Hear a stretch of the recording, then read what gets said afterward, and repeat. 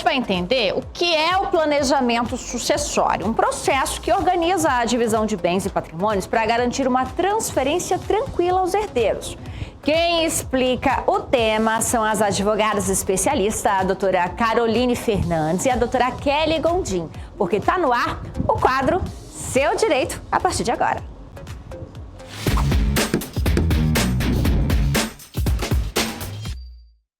Olá, eu sou a doutora Kelly Gondim e juntamente com a doutora Caroline Fernandes, nós vamos hoje no quadro Seu Direito apresentar para vocês sobre o planejamento sucessório. Vamos lá? Quais são os principais instrumentos do planejamento sucessório? Os principais instrumentos do planejamento sucessório são a doação em vida, o testamento, a holding, o inventário, temos também a previdência privada e o seguro de vida. O que vem a ser a holding familiar? A holding familiar é uma estrutura jurídica que procura centralizar e controlar o patrimônio e as empresas de uma família. E ela é um dos pilares do planejamento sucessório e ela é muito útil para que haja a transição desse patrimônio e perpetuação desse patrimônio entre gerações. Quais são as vantagens de uma holding familiar? A vantagem da holding familiar é que ela pode definir como esses bens serão transmitidos para a próxima geração, gerindo os bens para que não haja dilapidação desse patrimônio. Também ela evita custos excessivos, como no caso de um inventário. Ela também faz com que a família ela fique mais coesa, mais unida, que não haja divisão entre os irmãos, entre os familiares. E esse é um ponto muito importante, porque um bom planejamento familiar, visando a sucessão, evita conflitos familiares. Quantas vezes você já ouviu dizer que quando o pai ou a mãe falece, os irmãos nunca mais se falam? E um bom planejamento pode trazer segurança e tranquilidade para que no momento da sucessão, a sucessão ocorra de forma amigável e tranquila. E sem contar, né, Caroline, que com a holding, a transferência dos bens, ela é praticamente quase que imediata, ela é muito rápida. No inventário, não. O inventário sempre é um processo muito longo e por muitas vezes dolorido para a família. E custoso também, né? A holding familiar é para todo mundo? Não, a holding ela pode não ser adequada para todo tipo de família. Isso é uma realidade que tem que ser enfrentada.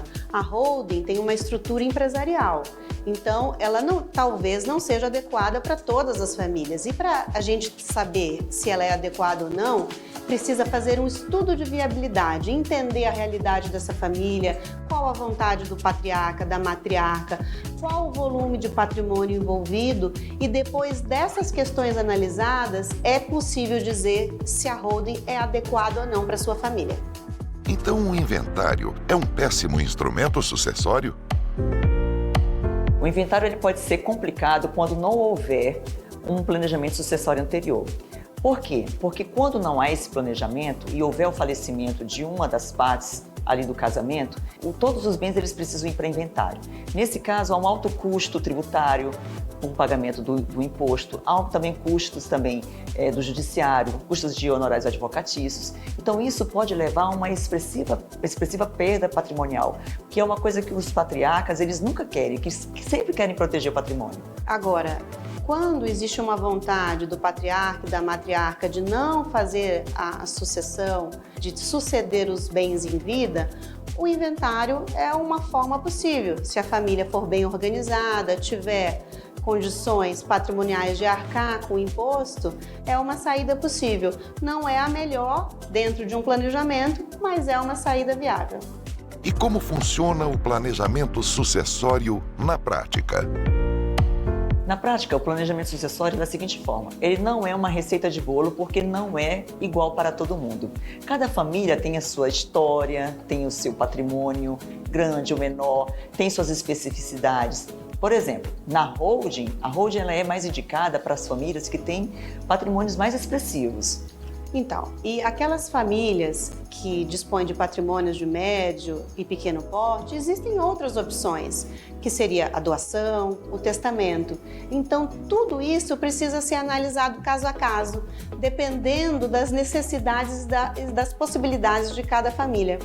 Obrigada por participar do quadro Seu Direito e para mais informações, acompanhe as nossas redes sociais. O meu Instagram é @carranzafernandesadv E o meu é kellygondim.adv.agro. Obrigada e até mais. Tchau, tchau.